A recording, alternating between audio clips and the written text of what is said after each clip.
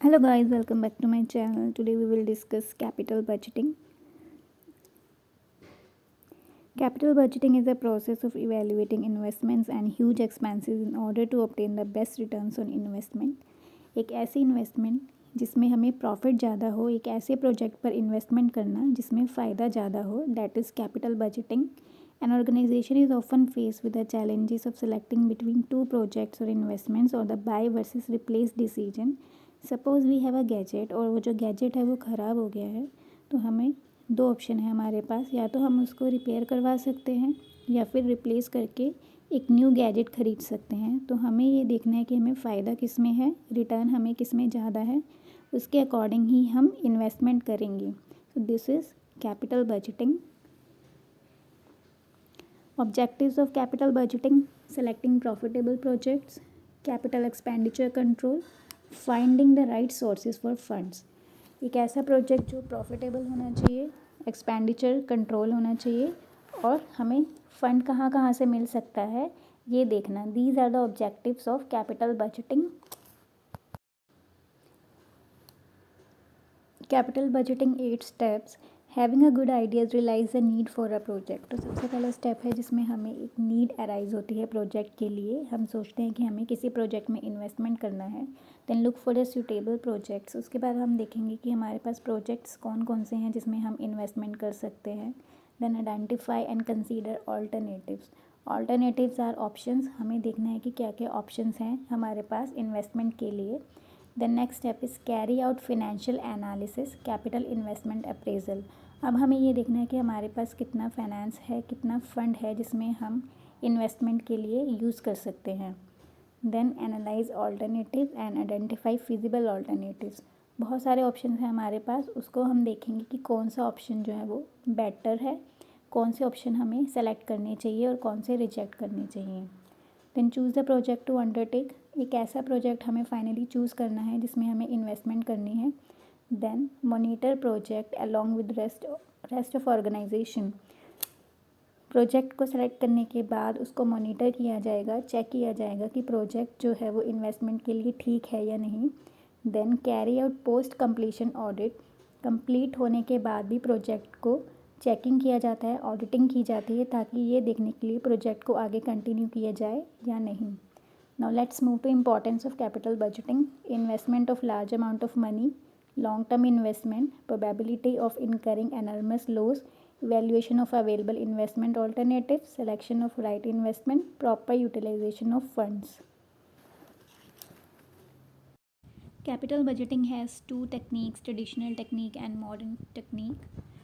Payback period, average rate of return are categorized in the traditional technique, and net present value, internal rate of return, modified internal rate of return, and profitability index are categorized in the modern technique.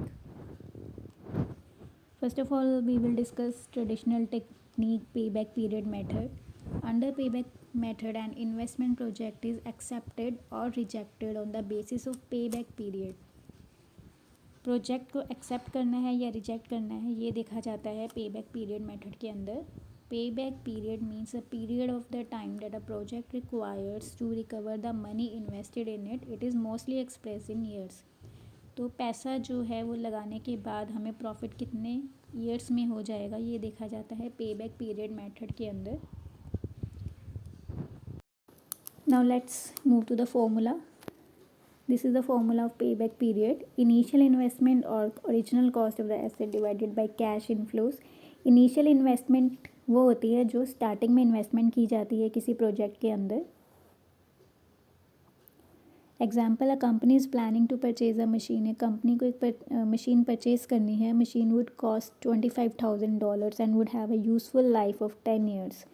जो cost है वो $25,000 है और इसकी जो life है वो 10 years है with zero salvage value. The expected annual cash inflows of the machine is $10,000. तो एक्सपेक्टेड कैश इनफ्लो जो है वो $10,000 है. According to the formula, $25,000 divided by $10,000 is equal to 2.5 years. Salvage value is the estimated resale value of an asset at the end of its useful life. Salvage value एक estimated resale value होती है एक asset की. Average rate of return refers to the percentage rate of return expected on investment or asset is the initial investment cost or average investment over the life of the project. Average rate of return जो है इसमें percentage देखी जाती है कि हमें profit जो है इन्वेस्टमेंट पे कितना परसेंटेज प्रॉफिट हो सकता है, हमें कितना रिटर्न परसेंटेज में मिल सकता है. Formula of average rate of return: average annual net earnings after taxes divided by initial investment into 100. Net present value method, also known as discounted benefit cost ratio method. NPV method को हम discounted benefit cost ratio method भी कह सकते हैं. Takes account of all income whenever received. Under this method, a required rate of return is assumed and a comparison is made between the present value of cash inflows at different times and the original investment in order to determine the prospective profitability. The NPV is the difference of the present value of benefits, cash inflows, and the present value of cost, cash outflows. Cash inflow और cash outflow का जो difference है वो NPV में देखा जाता है. If the NPV is positive the project can be accepted. अगर एनपीवी पॉजिटिव है तो प्रोजेक्ट को एक्सेप्ट किया जाएगा, otherwise it will be rejected.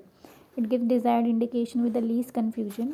Means confusion इसमें कम रहती है क्योंकि हमें पता है कि एनपीवी पॉजिटिव है तो प्रोजेक्ट को एक्सेप्ट करना है, एनपीवी नेगेटिव है तो प्रोजेक्ट को रिजेक्ट कर देना है.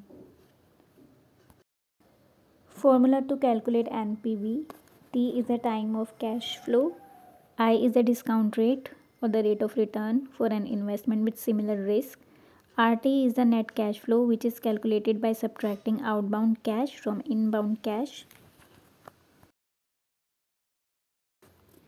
Internal rate of return: The internal rate of return is a method used to estimate the profitability of the potential investment. इसमें ये एस्टिमेट किया जाता है कि कितना प्रॉफिट हो सकता है एक इन्वेस्टमेंट के अंदर. It is the discount rate that makes the net present value of an investment equals zero.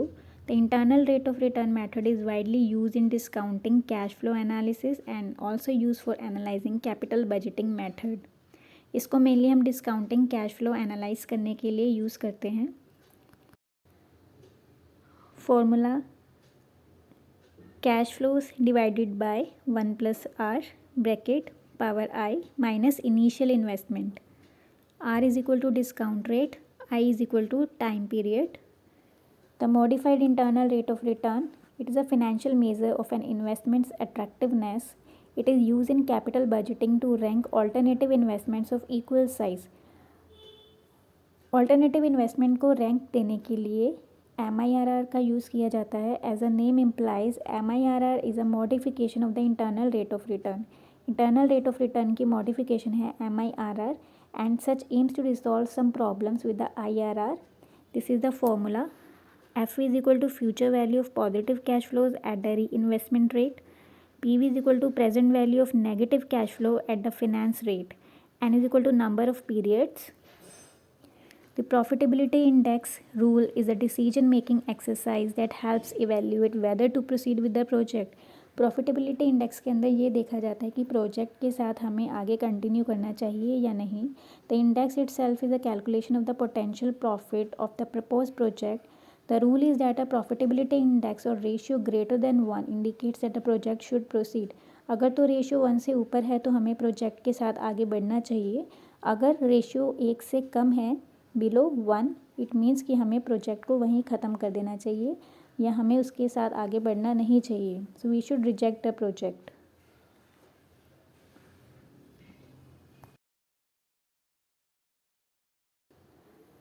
This is the formula to calculate profitability index: PV of future cash flows divided by initial investment.